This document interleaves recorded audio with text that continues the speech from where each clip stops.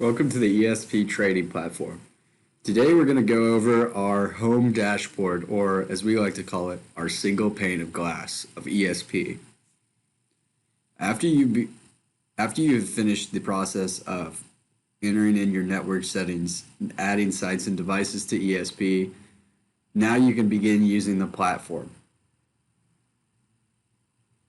After about 24 hours, ESP will be able to collect relevant data to give you a broad view of your network's performance and overall data reduction and optimization percentages across all sites and devices entered into ESP. Our first tab on our top left is our current alerts. When we click on that, we bring up the ESP endpoints page, but only devices that are currently experiencing issues.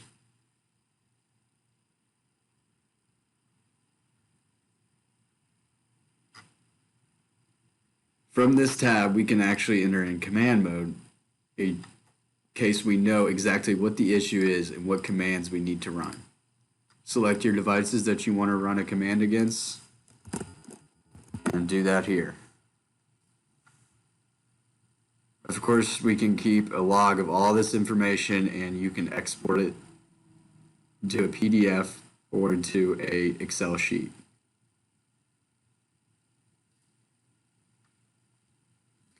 Going back to our home page, our next tab that we'll look at is our home page announcements and notes.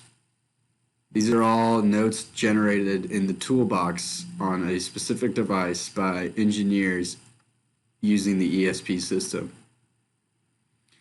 Next, we have the number of monitored and unmonitored endpoints in your system. For our demo site, we have 26 monitored endpoints. And the last tab on the top page is our help and support page. At the top right, we keep a list of your unmonitored endpoints, which we see we have 0 in this ESP system, and the number of alerts affecting devices. Below the top tabs are our 24-hour overall data reduction.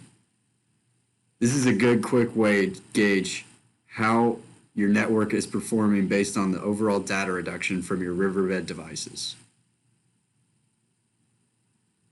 Below that, we have our top and bottom performers in terms of optimization. We can see which devices are performing at high rates and which devices are performing at the lowest rates. And we know the name of the devices, so in case we want to go back and do some troubleshooting on those specific devices, we know which ones they are.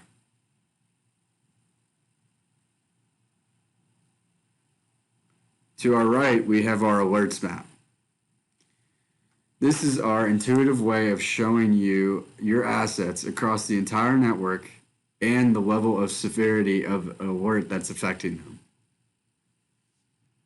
We can see here in New York or in Washington, D.C., our device is green and good to go, and optimization is hitting high clips. We have a yellow alert in Seattle of an expiring CA certificate. Maybe optimization and performance isn't being degraded, but we will have to take action on this expiring certificate.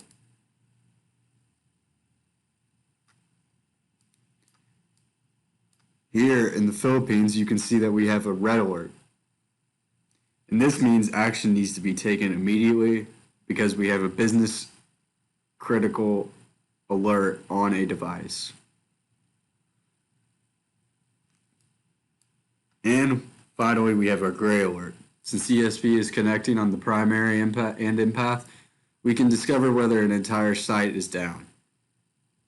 In this case, it is not the steelhead that's underperforming, it is the entire site that is down.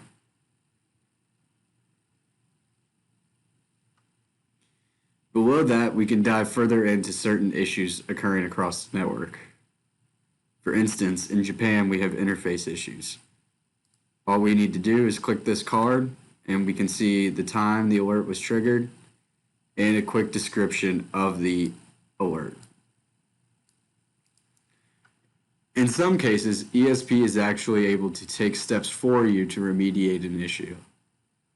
For instance, with this interface issues occurring in Japan, ESP was able to take steps and completely fix the issue.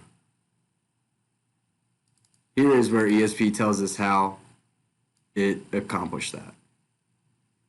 First, it connected on the empath IP and shut down the primary interface. The next thing ESP did was a simple reset to the primary, and now the device is up and responsive. Since this alert was remediated and solved by ESP, it would no longer be an alert on a live environment. Instead, it would just go straight to our reporting log. Below our device diagnostics is our other devices besides Riverbed that are entered into the ESP system. ESP is a very Riverbed-centric product, but we are able to monitor the up and down status of our devices other than Riverbed's.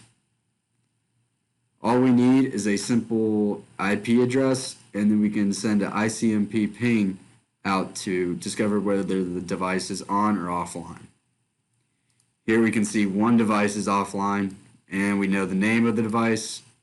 So when we click on it here, we know how long it was down for, when it came back online.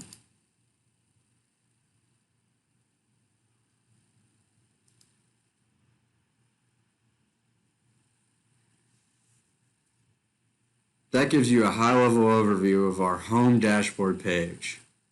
If you have any questions, please email demo@tier3t.net.